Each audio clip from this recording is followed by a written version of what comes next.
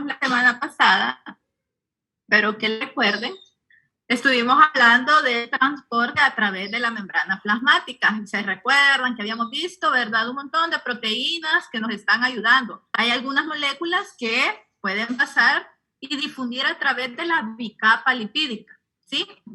Que la membrana realmente, la bicapa lipídica es altamente impermeable, ¿verdad? Y solo alguna que otra molécula con características especiales puede atravesar la bicapa lipídica. Y entonces, ¿qué pasa con el resto? ¿Qué pasa con el resto de materiales que tienen que entrar a la célula? Para eso están muchas proteínas en membrana, ¿verdad? Que nos ayudan a transportar pues, un montón de moléculas al interior de la célula, ¿sí?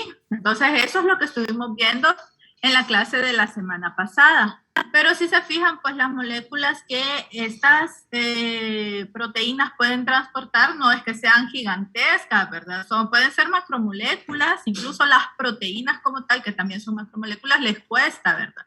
Algunas tienen que ser sumamente especializadas para transportar proteínas. Pero las células a veces no solo consumen moléculas pequeñas, proteínas, carbohidratos, ¿verdad? No necesitan solamente estar transportando esas cosas, sino que a veces necesitan transportar materiales más grandes, cosas más grandes. Incluso, de repente nos podemos encontrar por ahí en nuestro medio sanguíneo, por ejemplo, un tejido, una bacteria, ¿verdad? Imagínense cómo es una bacteria para ingresar a la célula, que nosotros querramos atacar a esa bacteria, eliminarla, pero ¿cómo la vamos a pasar a una bacteria que es una célula completa, ¿verdad? Adentro de una de estas proteínas para interiorizarla a nuestras propias células y así destruirlas. ¿Cómo hacemos? No se puede, ¿verdad? Entonces, aparecen ahí algunas células especiales, ¿verdad? Que van a estar realizando funciones que son capaces de englobar completamente, como que extendieran sus brazos y atrapan, ¿verdad? Completamente esa bacteria y la interiorizan y la destruyen, ¿verdad? Entonces vamos a ver que las células en general tienen mecanismos especializados para transportar cosas que son más grandes de lo que ya habíamos hablado de transporte, o a veces son cosas pequeñitas, pero que necesitan ingresar a la célula en grandes cantidades, en grandes volúmenes. Entonces no se puede hacer a través de una simple proteína, ¿verdad?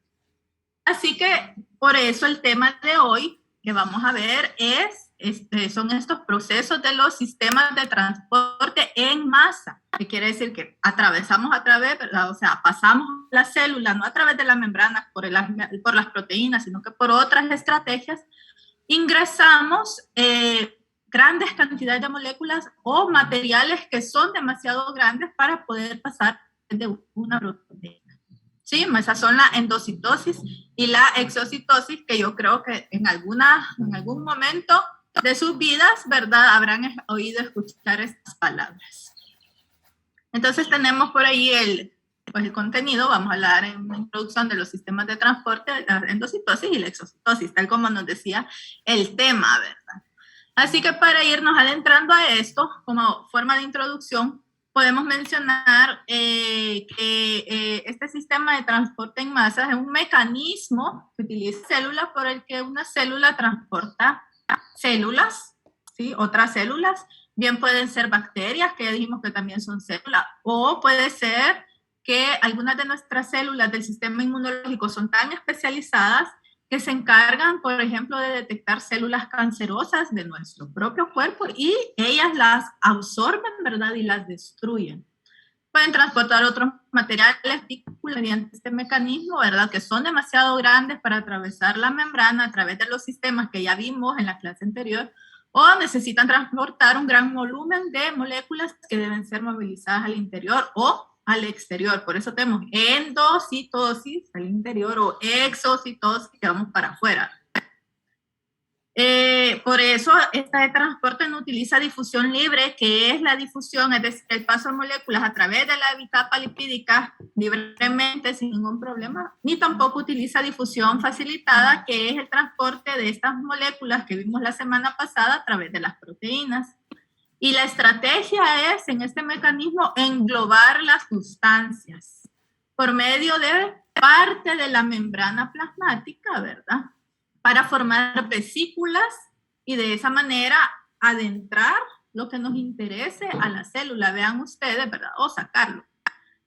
está sucediendo acá en esta imagen animada. Tenemos un montón de material y vean que se engloba por medio de la membrana plasmática, pero parte de esa membrana como que se hunde, se desprende lo que se ha hundido de esa membrana, ¿verdad? Y de esa manera se forma una vesícula que ya ingresa lo que nos interesa a la célula. Y lo mismo sucede, ¿verdad? Vean ustedes para sacarlo.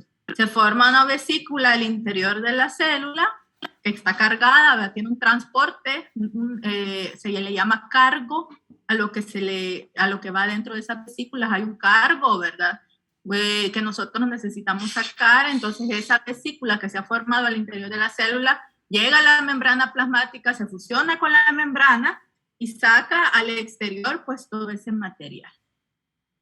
Entonces esto, aunque se puede ver muy fácil, realmente es un trabajo bastante impresionante que la célula está realizando, porque no solo está involucrada la membrana plasmática como tal, que ya vimos que tiene que tomar parte de esa membrana y adentrarse en la célula, sino que también hay otros componentes celulares que están participando, y estamos hablando que ahí hay participación, por ejemplo, del citoesqueleto, que me parece que es la siguiente clase que vamos a estudiar, ¿verdad? El citoesqueleto es una red de filamentos proteicos que le dan forma, sostén, protección, un montón de funciones, un andamiaje, ¿verdad? Que está formando a la célula. Entonces ellos también están participando porque la célula de alguna manera, ¿verdad? Se está deformando. Organelos que van a estar recibiendo las vesículas que se forman, ¿verdad? Donde también ellos tienen membranas que van a recibir parte de la membrana plasmática, etcétera, ¿verdad? Tiene un montón de participación y hay otros elementos celulares que no alcanzamos a ver por el tiempo, pero que también están participando. Y lógicamente que hemos hablado tanto de vesícula, ¿verdad? Vamos a decir que este sistema de transporte en masa está estrechamente vinculado al transporte vesicular, ¿sí? Adentro de la célula. Bien.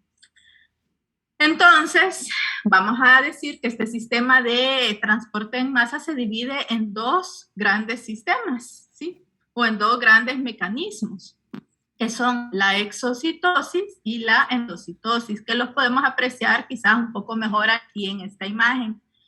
En la exocitosis podemos decir que es el proceso por el cual las células secretan o descargan, se libran, sacan, ¿verdad?, de ellas macromoléculas o partículas. Vean ustedes, vean acá, que de un organelo de la célula, de una parte interna, un compartimiento, ¿verdad? Nosotros estamos creando una vesícula, ¿sí? Esa vesícula viaja hasta llegar a la membrana plasmática y pues se fusiona con la membrana y libera lo que tiene que liberar. Ahí pueden ser hormonas, pueden ser enzimas que están participando en la digestión, pueden ser proteínas que forman moco, etc. Luego tenemos el proceso de endocitosis, por el cual las células introducen, ingresan o captan macromoléculas, partículas, restos celulares o incluso células enteras, como ya hemos hablado, que es lo que está esquematizado por acá.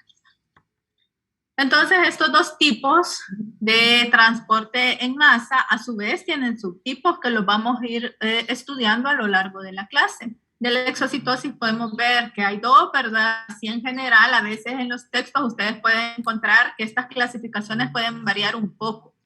Pero nosotros acá en la clase, ¿verdad? Así como materia, nos vamos a quedar con este tipo de clasificación. Y también en el material que ustedes van a estudiar también lo vamos a ver o a encontrar así, ¿verdad? Y la endocitosis, pues vamos a estudiar que tiene tres subtipos que ya lo vamos a ver. Entonces, quiero ver que tengo un chat. Si tienen problemas de conexión o alguna otra cosa, recuerden que con justificación tienen que enviarle un correo a la licenciada Okeli, que es la coordinadora, para demostrar, ¿verdad?, por la razón por la que su cámara está apagada o por la inasistencia que han tenido a la clase. Bien, entonces vamos a ver el proceso de endocitosis. Entonces, cuando hablamos de endocitosis, ya describimos qué es endocitosis, ya no tenemos que volver a describirla, ¿verdad? Vamos a ver qué funciones tiene este proceso dentro de la célula. ¿Por qué objetivo, verdad, se hace este proceso? Primero, La endocitosis permite a la célula ingresar materiales que son demasiado grandes para atravesar su membrana y que ya lo habíamos hablado. Además, capta macromoléculas que están presentes en el medio celular, usualmente en grandes cantidades, ¿verdad? Por lo que se vuelve necesario usar este sistema. Y luego, a través de la formación de vesículas, ¿sí?, permite a las células reciclar proteínas que residen en la membrana plasmática hacia los compartimientos interiores. Cuando hablamos de compartimientos interiores, estamos hablando de los organelos usualmente, ¿verdad? Que necesito algo que vaya a los lisosomas, que necesito algo que vaya al retículo endoplásmico, a las mitocondrias, a los peroxisomas, ¿verdad? De esos compartimientos yo estoy hablando. Entonces vean que en la célula usualmente no se desperdician las cosas, ¿verdad? Todo tiene una gran organización y yo puedo estar reciclando materiales, a veces degradándolos, y los bloques estructurales yo los puedo utilizar otra vez para volver a construir cosas, o a veces utilizando completas las estructuras, yo puedo volver a colocarlas en otras membranas. Entonces, el proceso de endocitosis como tal, del que hemos estado hablando, se lleva a cabo, ¿verdad?, con ciertos pasos, lógicamente, que involucran muchas moléculas, ¿verdad? Estamos viendo los procesos moleculares de las células y, por lo tanto, usualmente cuando hablamos de este tipo de funciones vamos a tener involucradas proteínas, porque las proteínas, si ustedes se recuerdan, son moléculas sumamente complejas y versátiles, ¿verdad?, que están participando prácticamente en todas las funciones celulares. Así que cuando hablamos de endocitosis, tiene que haber una depresión, ¿sí?, es decir, un hundimiento, o técnicamente a esto se le llama una invaginación, ¿ok? Entonces ocurre una invaginación de la membrana, una depresión de la membrana, que se llama usualmente concavidad cubierta. Hay una concavidad cubierta formándose aquí en esta membrana. ¿Y por qué se llama cubierta? Porque hay un revestimiento de proteínas, ¿ok? Y las proteínas, de hecho, las que más se ha estudiado y de las que más se habla cuando hablamos de este revestimiento es una que se llama clatrina, ¿ok? Parecen nombres, ¿verdad?, de mujeres, pero esta proteína se llama clatrina, es de la que más vamos a hablar, ¿verdad? Pero se ha descubierto que también existen otras proteínas, no solo la clatrina puede estar participando en esta cubierta, en este revestimiento, sino que también, por ejemplo, otra que se llama caveolina, y también hablan de otras proteínas que se llaman cabinas. Entonces, ¿verdad?, vean que realmente existen más, pero como siempre nosotros mencionamos lo que más se ha estudiado, de lo que más se conoce, para hablar seguras de lo que es este tema. Así que si ustedes se fijan, esta parte gris monocromática que tenemos acá son micrografías, ¿verdad?, fotos al microscopio electrónico, donde se ha observado precisamente una célula, ¿verdad?, y se van tomando fotos en secuencia y se va viendo que en ese proceso de esa célula, ¿verdad?, de toda esa secuencia de fotografías, se va haciendo precisamente esta invaginación de esas células respectivas, ¿verdad?, que normalmente son células que las tienen cultivadas en laboratorio. Y vean ustedes cómo al formarse completamente, ya tomando la forma casi completa de una vesícula, ¿verdad?, ella tiene como que un estrechamiento, ¿sí? Estos extremos que van quedando acá de la membrana se van estrechando hasta formar un cuerpo esférico, ¿verdad? Entonces acá, ¿verdad?, esto se desprende cuando por fin esto se estrecha tanto con la ayuda de unas proteínas por ahí que vamos a ver, se corta, ¿verdad? Se desprende de la membrana y se forma ya como tal una vesícula, ¿verdad? O vamos a ver que pues pueden ir recibiendo otros nombres también estas estructuras. Entonces acá ya hay algo interiorizado que tiene que ser transportado al interior de la célula. Entonces esquemáticamente lo mismo que tenemos acá, ¿verdad?, está representado. Vean la malla de proteínas que se va colocando por debajo o por el lado, ¿verdad?, citosólico, porque esto es del lado de adentro de la célula que está ocurriendo, ¿verdad?, no por fuera, es por dentro. Entonces este es el lado citosólico de la membrana. Vean ustedes la malla de proteínas que va haciendo como con una fuerza, ¿verdad? Va permitiendo que se dé esa depresión de la membrana, ese hundimiento, y de esa manera se vaya formando esa vesícula. Entonces, las cavidades cubiertas en su cara citoplasmática y se presentan cubierta electrodensa, que ya la habíamos hablado, es esa malla proteína, ¿verdad?, que permite la formación de esa vesícula endocítica, en este caso porque estamos hablando de la endocitosis. Las proteínas que más hemos estudiado en la endocitosis son la clatrina, ¿sí?, que es una proteína bien estructuralmente bien particular. Esta clatrina permite que se dé la invaginación de la membrana plasmática para formar la vesícula, que ya lo hemos dicho. Y vean la forma que tiene, ¿verdad? Una forma un tanto curiosa. Esta proteína está formada por algunas subunidades. Esta que podemos ver acá desde lo anaranjado un poco más oscuro, porque está esta parte verde y amarilla, ¿verdad? Aquí hay una parte anaranjadita y roja.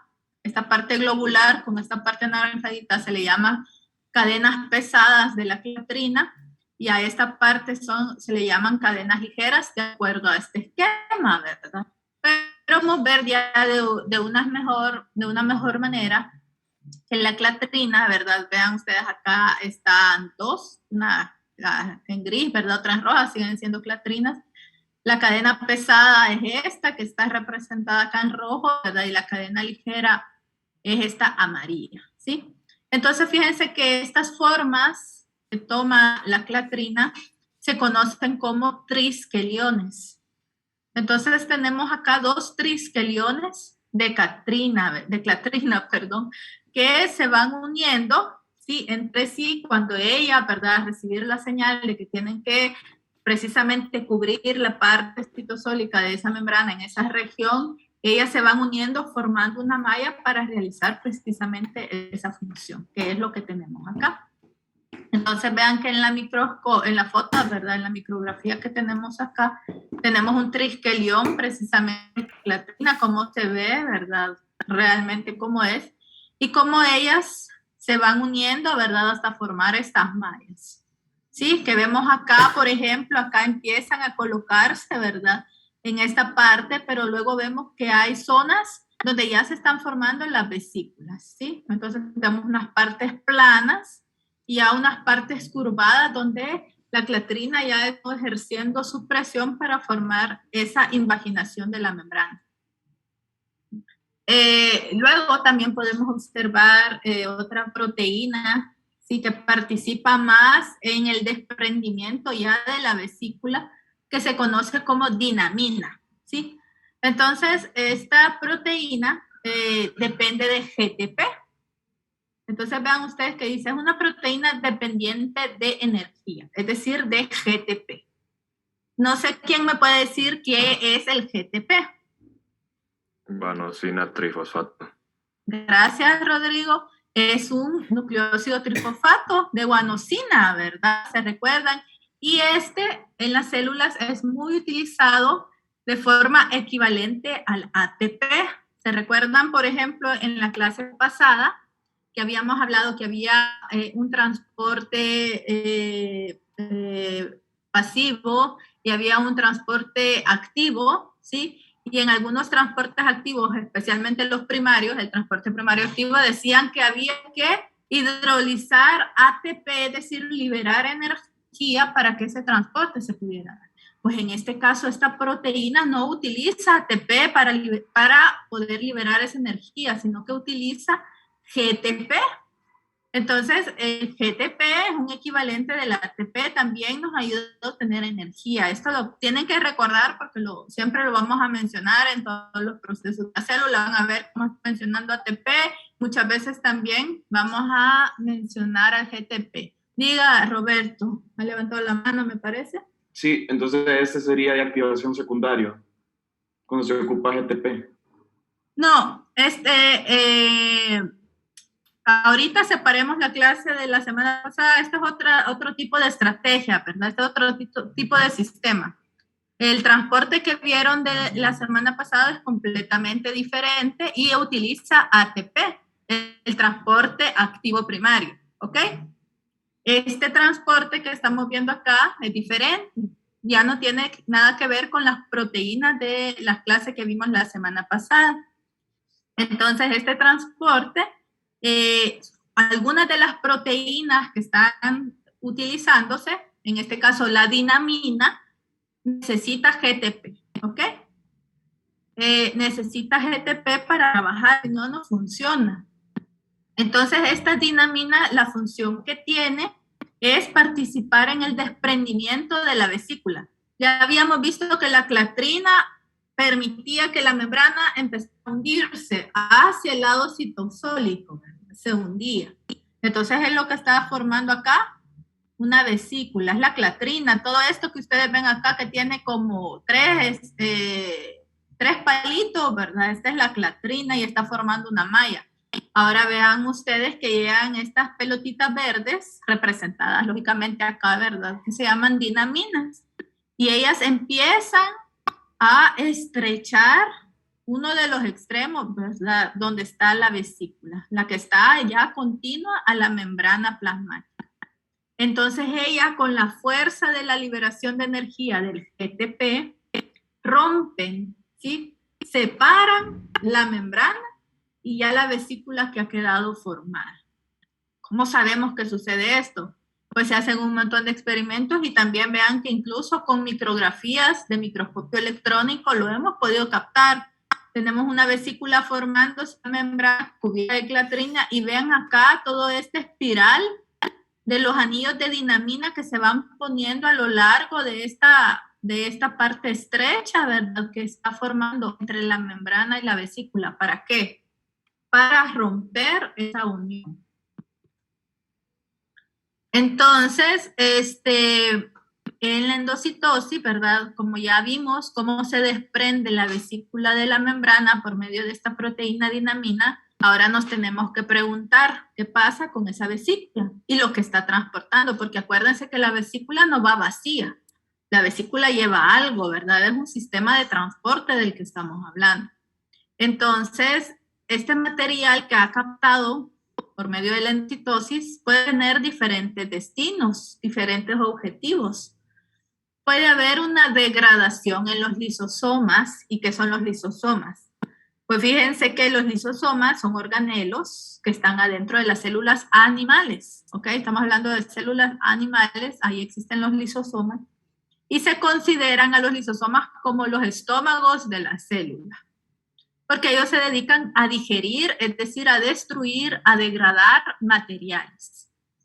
¿Sí? Ellos digieren, deshacen, ¿verdad? Todo lo que está dentro de ellos por medio de un pH ácido y unas enzimas que se encuentran ahí, ¿verdad? Eso contribuye a la degradación y de esa manera, pues, ellos se han deshecho, pues, de lo que se ha captado, ¿verdad? Que necesitaba seguir esa vía de eliminación. Otro de los objetivos o destinos que puede estar involucrado es la transitosis, ya vamos a ver qué es, y luego pues tenemos otro destino que es el reciclaje, que ya habíamos mencionado que acá, ¿verdad? Hay métodos de no desperdiciar las cosas. Así que cuando hablamos de los lisosomas, de la degradación en lisosomas, ustedes van a tener una clase de lisosomas que está compartido con otro organelo que es el aparato de Golgi, la vamos a ver más adelante, ahorita solo lo mencionamos así superficialmente, ¿verdad? Los lisosomas, vean ustedes que están participando precisamente en este destino del material captado. Vean que acá está la clatrina contribuyendo a la formación de la vesícula. Acá tendría que estar la dinamina también, ¿verdad? Desprendiendo la vesícula. Y cuando esa vesícula se desprende, llega a integrarse con lo que se conocen y ayuda a formar a lo que se conoce a los endosomas tempranos. ¿Sí? Son cuerpos celulares que están en el citosol y que permiten, como ustedes pueden ver acá, el endosoma temprano, ¿verdad? Clasificar ese material que va en las vesículas para tomar una decisión que yo voy a hacer con este material. Pues se va para reciclaje, muy bien, ¿verdad? Lo mandamos para reciclaje. Ese material no se puede reciclar, hay que degradarlo. Pues lo llevamos a la vía de la degradación en lisosoma, ¿verdad? Si sigue esta vía de degradación en lisosoma, vean que vamos a llegar a tener que pasar un proceso en que los endosomas maduran. Vamos de un endosoma temprano, este se va transformando, ¿verdad? Va madurando y llega a formar un endosoma tardío, ¿ok? Los endosomas tardíos, lo que va aquí es porque es un material que se va a degradar. Si tenía que haberse reciclado, pues el material tendría que haber salido desde el proceso inicial, ¿verdad? En los endosomas tempranos, pero en el endosoma tardío, ese material es porque ya se va a degradar. El endosoma tardío se ha transformado, vean, está representado en colores, porque acá ya hay un pH más ácido de lo que había en los endosomas tempranos, y este endosoma tardío tiene la capacidad de unirse con los lisosomas para formar lo que se conoce como endolisosomas, y ya de esa manera degradar el material que está en el interior. Este endosoma, cuando se une con el lisosoma, ¿verdad? Y desde antes tienen su membranita, ¿verdad? Unas enzimas especializadas que permiten la entrada de iones hidrógeno, o sea, de protones. Y estas se llaman ATPasas de protones. Y vean acá, que aquí es donde vemos ya la mezcla, porque nosotros tenemos que ir integrando las clases anteriores con lo que nosotros estamos estudiando actualmente.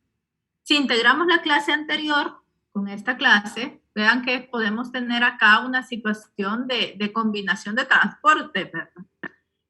Acá en la membrana están estas enzimas, acá en estas membranas, ¿verdad? De ATPasas de protones. Estas ATPasas de protones son proteínas de membrana de transporte, como las que vimos en la clase pasada. Y como son ATPasas, ellas tienen un tipo de transporte activo primario porque están rompiendo ATP, están hidrolizando ATP.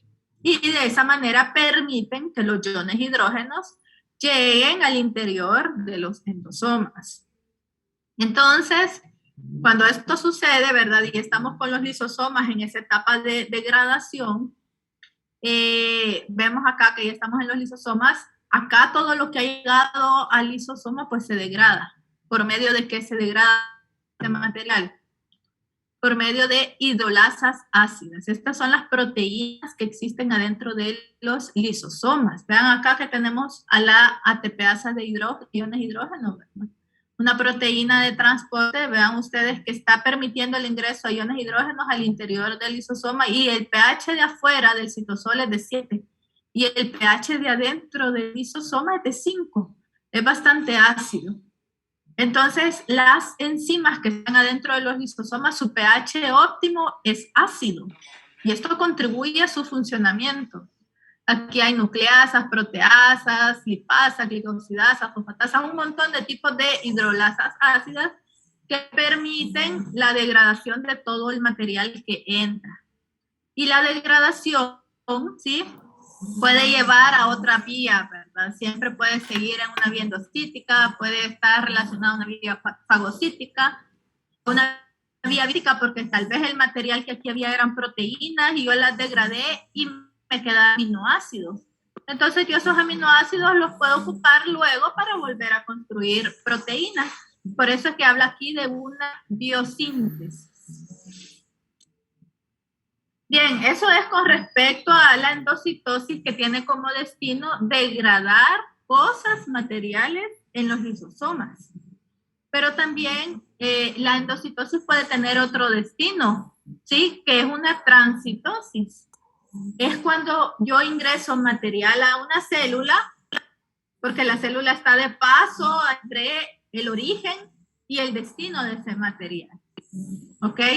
Entonces esa célula recibe ese material, pero esa célula entiende, porque hay cosas que le permiten entender, señales y todo, ¿verdad? Y dice, este material a mí no me corresponde. Y como son tan honestas, ¿verdad? Ellas dicen, hay que enviarlo al otro puerto, ¿verdad? Hay que enviarlo al otro destino de este material. Entonces ellas nada sirven de tránsito para ese material, por eso se llama esto transitosis. Entonces el material que entra tiene que llegar a otro tejido, otra célula, a otro compartimiento. Entonces colabora siempre el endosoma englobando, ¿verdad? Ese material, vean ustedes acá, que en el ejemplo nos están poniendo una transitosis para la inmunoglobulina A. La inmunoglobulina A está representada acá con estos azulitos, estas figuritas azulitas, ¿verdad? Es reconocida por un receptor, vean ustedes que eso permite que entre a la célula, entra lo azulito, la inmunoglobulina A con su receptor que es verde. Acuérdense que los receptores son antenitas que están en las membranas de la célula. Entra un endosoma, pero como no le pertenece, ¿verdad? Sigue un proceso endocítico, ¿sí? Que lo que hace es sacarla nuevamente de la célula intacta a la inmunoglobulina A para que llegue a donde tiene que llegar. Esto sucede en el intestino de los neonatos, de los recién nacidos cuando están mamando, cuando toman la leche materna. Acuérdense ustedes que la leche materna está cargada de muchas cosas beneficiosas para los bebés y dentro de eso anticuerpos para aumentar el sistema inmunológico de los niños, ¿verdad? Entonces, de esta manera se garantiza que esas inmunoglobulinas A que van en la leche, ¿verdad? Que si la mamá le está dando a su recién nacido, lleguen intactas al intestino del bebé, ¿verdad? ¿Qué es esto? Acá estas son las células del intestino. Pasan intactas por esas células del intestino, llegan a sangre, vean ustedes que llegan a sangre y de esa manera llegan a las células del sistema, a todo el sistema inmune para ayudar a proteger al bebé. Entonces, esto es una transitosis. Y luego tenemos a la endocitosis con destino de reciclaje, que después, ya esto un poquito lo habíamos dicho, el endosoma siempre participa, el endosoma temprano, acuérdense que es el centro de clasificación que va a decir, bueno, esto se degrada o esto se recicla. Entonces, en ese endosoma temprano se decide que hay cosas ahí que se tienen que reciclar. Tal vez hay cosas, hay proteínas u otros elementos, carbohidratos, etcétera, que tienen que ir a uno de los organelos de la célula, que tienen que ir, por ejemplo, al aparato de Golgi o tienen que ir, por ejemplo, al retículo endoplásmico. Entonces dice, esta molécula no se puede degradar, tiene que viajar a este organelo. Entonces, lo manda para ese lado, no lo manda a los lisosomas a degradarlo, sino que lo manda a donde se va a utilizar. O si no, lo que usualmente también sucede es que este reciclaje se dirige, como ustedes pueden ver, la membrana plasmática. Vemos que la vesícula ha entrado, ¿verdad?, al citosol, llega al endosoma temprano, que es el centro de clasificación, y dice, pues no, este material se va nuevamente a la membrana plasmática, porque son proteínas que necesitan, gracias, son proteínas que necesitan estar allí, ¿verdad? Participando en la membrana, así que las manda de regreso. Entonces, de esa manera se cumple ese reciclaje. Muchos ejemplos que incluyen estos reciclajes son los receptores de membrana. Hay receptores que todavía tienen vida útil, ¿verdad? Que se fueron acá, ¿verdad? Se incluyeron dentro de la vesícula, pero que luego pueden ser regresados a la membrana para que sigan cumpliendo su función en la membrana. Entonces, esos son los destinos de la endocitosis, pero acordémonos, como dice acá, que la endocitosis tiene tipos de endocitosis y estas se clasifican en pinocitosis, fagocitosis y endocitosis mediada por receptor. Entonces, vamos a ver rápidamente cada uno de estos tipos de endocitosis. Entonces, vean acá que la primera que tenemos es la pinocitosis, que también se llama endocitosis mediada por volumen. Y en muchos textos o videos, ustedes pueden buscar videos si eso les facilita, si a ustedes les ayuda a ver animaciones y eso, busquen la verdad para estudiar. Ustedes pueden encontrar en estas animaciones o en los libros incluso que dicen que la pinocitis es cuando la célula está bebiendo, está tomando algo, porque vean, tomando líquidos, porque vean precisamente que la pinocitosis es la captación inespecífica, ella no está reconociendo o clasificando algo, yo quiero captar esto, pero esto a mí no me interesa, entonces lo deja a un lado. No, ella lo que está extracelularmente, ¿sí?, el líquido que se encuentra ahí lo capta, sea lo que sea que haya allá, ahí en esa región, en ese momento. Entonces, la captación inespecífica de líquidos extracelulares y moléculas pequeñas que están en ese líquido, lógicamente. Entonces, vean ustedes, acá tenemos a la clatrina, ¿sí? La clatrina participa formando las vesículas que se están captando con el material, que es mucho líquido con material disuelto, ¿verdad? Y esas vesículas van a ser pequeñas, menores a 150 nanómetros de diámetro. En la mayoría de ocasiones participa la clatrina en la formación de estas vesículas, pero se ha encontrado que en muchas ocasiones también está participando las caveolinas en lugar de la clatrina, ¿verdad? Puede servir como reciclaje de membrana entre la superficie celular y compartimentos interiores, cosas que están acá, ¿verdad? Yo llevarla a un compartimiento interior, a un organelo, pues se lleva por este medio. La célula, ingiere grandes buenas que se equilibran con la pérdida por exocitosis. Bien, ¿qué significa esto? Fíjense que se ha visto que la pinocitosis es un proceso que muchas células, muchos tipos de células lo realizan continuamente. Entonces, a cada rato hay desprendimiento de membrana al crear estas vesículas, aunque sean pequeñitas, ¿verdad? Al crear estas vesículas para la pinocitosis. Estamos hablando de la membrana plasmática. Entonces, si a cada rato estamos quitando material de la membrana plasmática, estamos quitando pedacitos de esa membrana para interiorizarla, ¿qué pasa entonces con la membrana de la célula? Me voy a quedar sin membrana y de esa manera la célula no puede sobrevivir. Entonces, hay un equilibrio entre la endocitosis que está ocurriendo, en este caso pinocitosis, y la exocitosis. Entro material que necesito por algún motivo y luego saco nuevamente material para recuperar la membrana que he estado quitando, ¿verdad? A eso se refiere acá con que hay un equilibrio de esos grandes volúmenes que entran con la exocitosis. Otro tipo de endocitosis es la fagocitosis, es la imagen que teníamos al inicio. ¿Se recuerdan cuando veíamos a la bacteria que estaba asustada porque se había encontrado ahí en el camino un macrófago? Entonces, la fagocitosis es como que la célula come, eso significa, de hecho, fago, ¿verdad?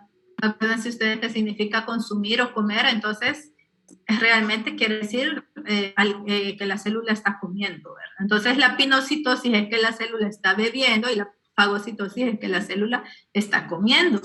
Entonces, consiste este proceso en la ingestión de grandes partículas, ¿sí? Aquí no es el líquido como tal, sino que lo que estoy buscando es atrapar una partícula, una célula, un cuerpo, ¿verdad? Por ahí extraño, muy grande, ¿sí? Y en este caso tienen que utilizarse vesículas de gran tamaño, lógicamente por el material que estoy captando. Estas células que participan en este proceso se conocen como fagocitos, pero acá se me olvidó agregarles otra palabra. Ustedes anótenlo, por favor. Estas células se llaman realmente fagocitos profesionales, así se les llama. Los fagocitos profesionales son esos que son expertos en hacer fagocitos. Y esos son los macrófagos y los neutrófilos de nuestro sistema inmunológico. Entonces, este realmente es un mecanismo de protección en nuestras células. Por ejemplo, hay otras células como las amibas, ¿sí? Que ellas literalmente necesitan comer lo que está ahí en el medio, ¿verdad? Si pasa una bacteria, pues yo tengo hambre y me como esa bacteria, y ellas se alimentan por medio de fagocitosis, las amibas. Pero en el caso de nuestras células, que nosotros somos estructuras de organismos pluricelulares, nosotros utilizamos la fagocitosis como un mecanismo de protección de nuestro sistema inmunológico para liberarnos de partículas extrañas o de cosas que nosotros tenemos ya en nuestras células que las vuelven enfermas. Por ejemplo, células cancerosas. Pues luego de la ingestión de la partícula, lo que se forma es una vesícula llamada fagosoma. Vean ustedes aquí en la figura, nuevamente tenemos la invaginación de la membrana con la partícula que se ha captado, y vean que tenemos la participación de la clatrina. Y se formó, pues al desprenderse esta vesícula, se forma ya un fagosoma, vestido de clatrina. Bien, entonces, ¿qué pasa en el interior de esos fagosomas? ¿Cómo hacen para destruir lo que sea que hayan atrapado estos fagocitos profesionales? Pues ellos tienen ahí una gran cantidad de sustancias destructivas que se conocen usualmente en general como radicales libres de oxígeno. Las podemos encontrar abreviadas como ROS, ¿verdad? Y el objetivo de estas sustancias es destruir los microorganismos o los materiales dañinos que se han atrapado. ¿Cómo se llama? Este fagosoma se une con los lisosomas para formar un fagolisosoma, donde ya las enzimas actúan degradando completamente la partícula. Entonces, en la imagen nos muestra, pues, acá una serie de todo esto, ¿verdad? El agua, oxígeno, acá está el oxígeno, el superóxido. Tenemos el peróxido de hidrógeno también, junto con el cloro se pueden formar los iones cloro, otras sustancias destructivas y de esa manera contribuir precisamente a la eliminación de esos microorganismos o partículas dañinas. Entonces, ¿cómo procede la fagocitosis? Pues procede, como lo acabamos de describir, ¿verdad? Nada más que aquí en esta imagen, espero que les ayude, tienen ustedes los pasos así en el dibujito, ¿verdad? En la figura, qué es lo que va sucediendo. Se atrapa la bacteria, por ejemplo, que es una bacteria, ¿verdad? Vean ustedes que los macrófagos, para atrapar estas bacterias, como son partículas sumamente grandes, a comparación de una proteína nada más o de un carbohidrato, ¿verdad? Las bacterias son enormes. Entonces, el macrófago, el neutrófilo, cualquiera de las células que esté participando, tiene que hacer o realizar unas proyecciones de su membrana, como que está extendiendo su brazo. A esas proyecciones de la membrana se le conoce como pseudópodos. Sí, aquí los tienen, los pseudópodos. Y por eso es que decimos que aquí tienen que contribuir también elementos del citoesqueleto para crear estos brazos que van atrapando cualquier partícula que esté en el medio. Al introducirla a la célula, vean ustedes que el fagosoma, ¿verdad? Está acá, empieza a actuar, ¿verdad? El fagosoma y se une el lisosoma con el fagosoma para destruir precisamente a esa bacteria que se ha ingerido, acá dice un microbio. Pues y luego ese material ya del que ya no se puede hacer nada más con ese material es eliminado de la célula, ¿verdad? Usualmente este material que ya no puede seguir siendo desintegrado por el macrófago suele ser agua y suele ser dióxido de carbono, algunos grupos con nitrógeno como el amonio, por ejemplo, ¿verdad? Entonces esos materiales pueden ser eliminados de la célula sin causar mayor problema afuera de la célula. Y en la micrografía tenemos, ¿verdad? Vean ustedes acá una bacteria, ¿sí? Entonces esta bacteria es un Streptococcus aureus en la micrografía, siendo atacada precisamente por un neutrófilo. Vean las proyecciones, vean como tentáculos, estos brazos que ha proyectado el neutrófilo para atrapar a esta bacteria. Bien, entonces vemos el último tipo de endocitosis, que es la endocitosis mediada por receptor, ¿ok? Y esto quiere decir que esta endocitosis necesita la señal, o sea, necesita que haya intervención de una proteína receptora. Acordémonos nosotros que los receptores siempre son proteínas que están en la membrana de las células, ¿ok? Son proteínas que van a estar participando en la comunicación entre célula y célula, por ejemplo, o en la comunicación del medio ambiente de esa célula con esa célula que se encuentra inmersamente ahí. Entonces dice acá que las células tienen receptores para la captación de muchos ligandos, ¿ok? Los receptores, ya dijimos, son las antenitas. Captan hormonas, factores de crecimiento, enzima u otros mensajeros que estén en el medio. Y los receptores más estudiados en este tipo de endocitosis, ¿ok? Son el receptor que se conoce como receptor de lipoproteínas de baja densidad, o LDL. Este LDL significa lipoproteína de baja densidad en inglés, ¿verdad? Entonces, no sé si ustedes han oído hablar, de repente, cuando se piden los exámenes de laboratorio, exámenes de sangre, y le dice, que esta persona quizás tiene el colesterol alto, ¿verdad? Entonces vaya, le dice el doctor, y se tiene que ir a tomar una prueba de sangre porque se tiene que medir el colesterol bueno y el colesterol malo. Me imagino que sí lo han escuchado, ¿verdad? Entonces, ¿quién es el colesterol malo? Pobrecito, porque realmente no es colesterol malo. Pero bueno, así acostumbramos a decir. Es esta lipoproteína, LDL. A esto es a lo que se le llama como colesterol malo. Realmente no es solo colesterol, es una gran supramolécula que está conformada por proteínas, otros lípidos que incluyen colesterol, ¿verdad? Por eso se le llama lipoproteína de baja densidad, porque tiene una gran cantidad de lípidos y principalmente tiene colesterol, ¿verdad? Realmente las LDL tienen colesterol libre y colesterol esterificado. Entonces, ese colesterol de las LDL es el que va a ser transportado desde el hígado hasta los tejidos extrahepáticos, ¿ok? Cuando hay exceso de colesterol en nuestra dieta, ¿qué es lo que pasa? Pues este colesterol por las LDL va llegando a nuestros tejidos, pero como hay exceso de colesterol, se va depositando en lugares donde no se tiene que depositar y ahí surgen las enfermedades.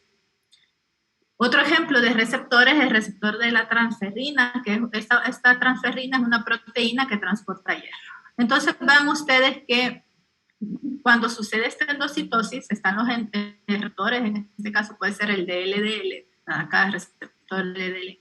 Llega el ligando, puede ser la lipoproteína como tal, la LDL. Se une y esto es la señal para que haga que ocurra precisamente pues esta formación de la vesícula y el desprendimiento como tal de ella y que ya exista una endocitosis.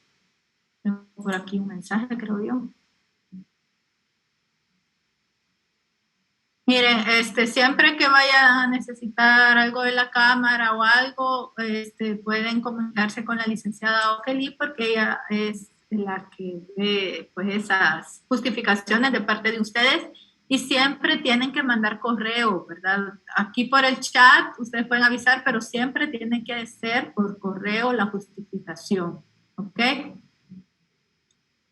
Bien, entonces cuando nosotros formamos vesículas con este tipo de endocitosis, además de las proteínas que ya estudiamos, la clatrina, la violina, que hemos mencionado también, la dinamina, participa otro complejo proteico que se llama AP2, ¿sí? Entonces, este complejo es un adaptador, un complejo adaptador, que contiene múltiples unidades, está formado por varias unidades, y que unen los receptores presentes de la membrana celular con la proteína clatrina para formar un andamiaje. Esto para que haya una unión entre el receptor, su ligando, y esto a su vez, por medio de la clatrina, formen las vesículas, ¿verdad? Para que se dé todo este complejo y este andamiaje, tiene que participar el complejo proteico A2, ¿sí? Entonces vean ustedes, si nosotros vemos acá, pues vean acá los triskeliones de la clatrina, perdón. Los triskeliones están colaborando con este que parece un robotcito, ¿verdad? Acá es el complejo AP2, vean que tiene esta representación indicando que tiene varias unidades, vean, acá tiene un rectángulo, acá otro, y tiene todas estas bolitas, ¿verdad? Representando pues todas estas subunidades del complejo. Vean que está participando con la clatrina, formando esa malla vesicular, este andamiaje, para lograr pues ya el proceso de endocitosis. Aparte de eso, vean la importancia de los fosfolípidos de membrana. Acuérdense que la membrana precisamente es una bicapa lipídica con proteínas inmersas en ella, ¿verdad? Vean todo esto, acá es la bicapa lipídica.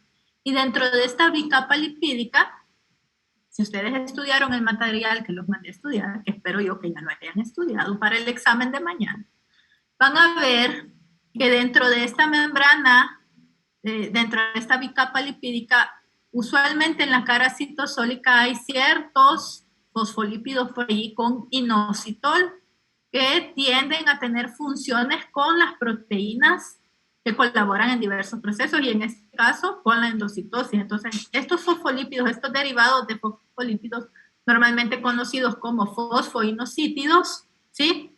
Porque tienen inositol, ¿verdad? Van a estar contribuyendo para reclutar a las proteínas relacionadas en endocitosis, en esta membrana, ¿ok? Entonces tenemos una de las funciones donde ellos participan.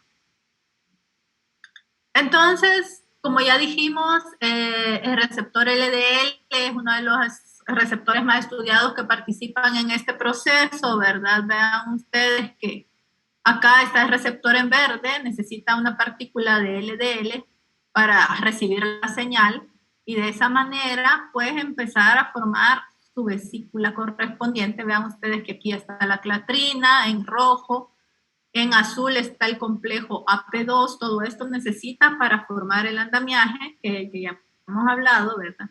Y de esa manera puedes formar acá ya las vesículas recubiertas que llegan al endosoma temprano, al endosoma tardío. Al endosoma tardío, vean ustedes que lo que a nosotros nos interesa realmente que llegue al endosoma tardío son estas partículas de LDL. Usualmente esto es lo que va a mandarse junto con el lisosoma para degradación, ¿ok? ¿Qué pasa entonces con el receptor que también ha viajado acá en la vesícula, el receptor del LDL? Pues lo que sucede es que en la mayoría de ocasiones este receptor va a ser reciclado y va a regresar a la membrana plasmática para seguir cumpliendo su función. A veces cuando ya ha terminado su vida útil, pues también va a llegar a ser degradado, ¿verdad? Pero en la mayoría de veces este va a regresar a la membrana plasmática. Y lógicamente si falla este receptor, vamos a tener grandes problemas para este tipo de endocitosis. ¿Qué sucede si hay una falla en la endocitosis por receptor de LDL? Normalmente sucede lo que ya vimos en el esquema anterior si no hay fallas. Pero si este receptor no funciona, vean que en este caso lo que pasa es que a este receptor le falta un dominio que se llama sitio de unión a la adaptina, ¿verdad? Que son estas amarillas. Si le falta este sitio a este receptor, porque viene defectuoso, es decir, que hay una mutación en el ADN que codifica para esta proteína, si viene defectuoso este receptor, entonces no va a haber endocitosis por receptor de LDL y todas estas LDL, todas las partículas de colesterol malo, recalco, no es un colesterol malo, pero así le llamamos el colesterol malo, ¿verdad?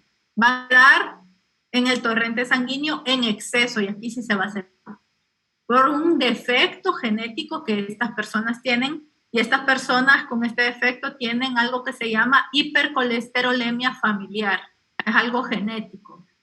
Van a tener grandes acumulaciones de colesterol en sus tejidos. Como ustedes pueden ver acá, todas estas placas formadas en los codos, en los tobillos, vean incluso en las articulaciones esas placas de colesterol acumuladas y que lógicamente las arterias de estas personas, ¿verdad? Están totalmente atestadas de ese colesterol ocasionando grandes problemas cardiovasculares en estas personas y enfermedades coronarias. Bien, y por último, nos queda el proceso de exocitosis, que realmente es el que es más corto, un poco más fácil de entender, bueno, relativamente con respecto a la endocitosis. Pero este proceso de exocitosis, pues ya dijimos desde antes, ¿verdad? Endocitosis entra a la célula, exocitosis sale de la célula. Acá las vesículas de transporte no es que desde la membrana llegan al interior y se van a los somas o se van a los organelos. No, aquí es que de los organelos, como el complejo de Golgi, ¿verdad? Se envían vesículas para que viajen a la membrana plasmática y allí se fusionen con la membrana plasmática y ese contenido que llevaban sea liberado al exterior. Entonces, estas vesículas que realizarán este proceso siguen una vía secretora determinada, porque cuando yo llevo algo dentro de una vesícula, que yo quiero que sea liberado de la célula, a eso se le llama secreción. Hay secreción de hormonas, ya les había mencionado, ¿verdad? Podemos tener secreción de hormonas, Podemos tener secreción de enzimas digestivas, por ejemplo, o podemos tener, por ejemplo, también secreción de moco, que el moco está formado usualmente por aparte del medio acuoso, ¿verdad? Que lo conforma, tiene una gran cantidad de proteínas, normalmente llamadas mucinas, que también son secretadas de la célula y siguen este proceso de esta vía secretora en la exocitosis. Una de las vías más estudiadas o sea, inicia desde el retículo endoplásmico, continúa por el complejo de Golgi hasta llegar a la superficie celular, hasta llegar a la membrana plasmática. Entonces vean acá esta vesícula, ¿sí? Está viniéndose desde el complejo de Golgi, podemos decir, desde el interior de la célula, y esta es la membrana plasmática. ¿Ok? Esta línea que está acá.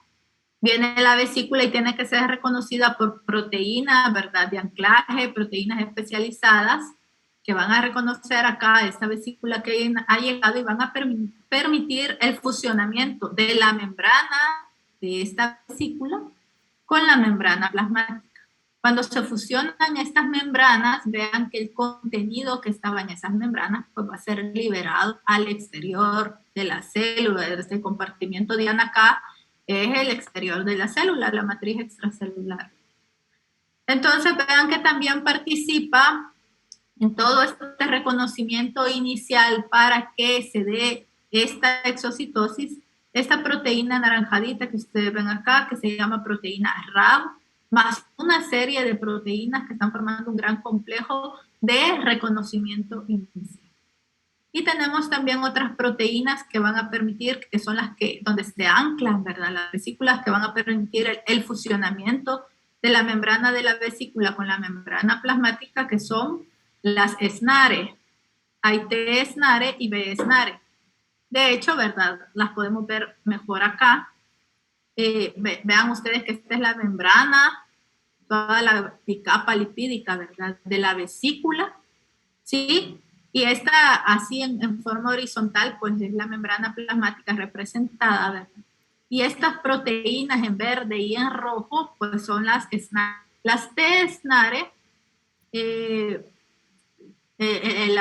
la letra T es de target, o sea, es la proteína que se encuentra en el objetivo donde va a llegar la vesícula. ¿Y cuál es el objetivo de la vesícula? Pues llegar a la membrana plasmática. Entonces el target, el blanco de la vesícula, es la membrana.